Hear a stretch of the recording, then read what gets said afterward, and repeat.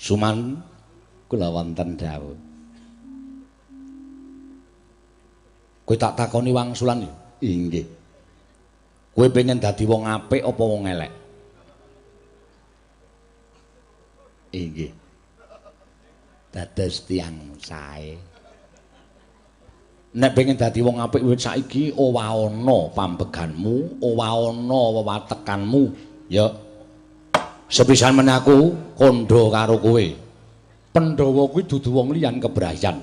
Malah upama diteraju bab kewajiban ing mestine tinampa dening Pandhawa lan Kurawa, luwih duwe kewajiban Pandhawa tinimbangane Kurawa babagan negara Ngastina.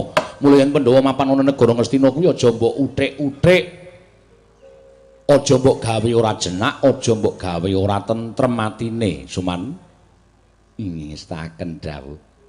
Kowe iki wis tuwa. Inggih. Wong kuwi ora bakal mbrungsungi kaya ula, tak kandhani. Wong kuwi ora bakal mbrungsungi kaya ula. Kowe tak tuturi ya Suman, wong urip ana ngalam padang kuwi janjane ming nglakoni 3 perkara. Lair netepi kewajiban terus mati. Lair wis cinadhang marang panguwasaning dat kamurweng dat, sesuk kowe dewasane dadi iki, kowe dhewe dewasane esuk duwe derajat kaya ngene, bandamu semene kuwi wis dipesthekke dening sing akarya jagat. Netepi kewajiban. Kewajibanmu apa ning donya kuwi lakonana kanthi apik lan becik. Ngono? Inggih. Yen kewajibanmu dadi satriya, ya netepana kewajibaning satriya gawe tentreming jagat. Ngadeka minangka dadi satriya ngateteken aji suci pepayung budi rahayu. Kanthi kaya mengkono sesuk nek kowe mati mesti bakal ninggal jeneng. Inggih. Ngestakaken dawuh.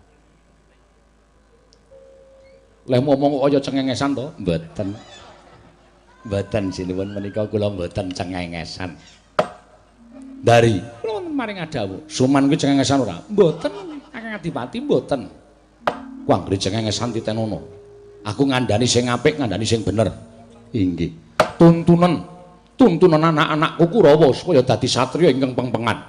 Tuntunan anak-anakku Kurawa marang panembah sejati ingkang bisa marakake padhang uripe.